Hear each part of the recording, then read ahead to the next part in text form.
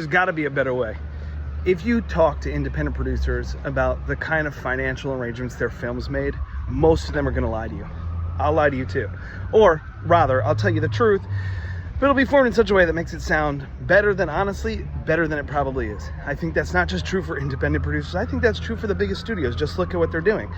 Clearly, the economics of Hollywood, of media, are no longer working the way they're supposed to. So what's the better way? If we go backwards and we think like, what is the point of a film? From the creative side, obviously, we want to create culture. We want to create entertainment. We want to create something that gives people feelings and emotions and an experience that makes them want to participate with a piece of content. And you see this in all the big films in theaters. People go because they want the experience of going to the theater to experience that.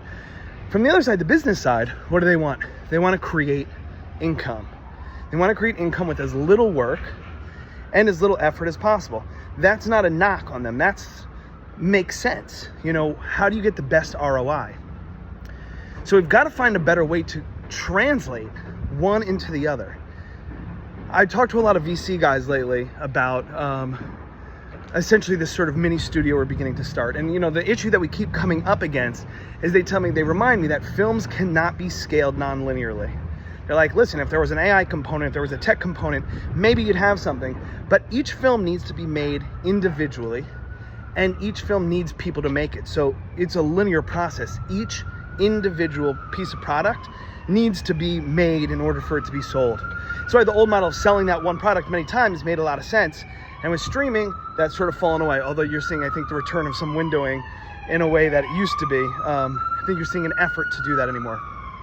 But there's got to be a better way, both with efficiencies in the way you're shooting. I think about things like Ty West shooting X and Pearl at the same time.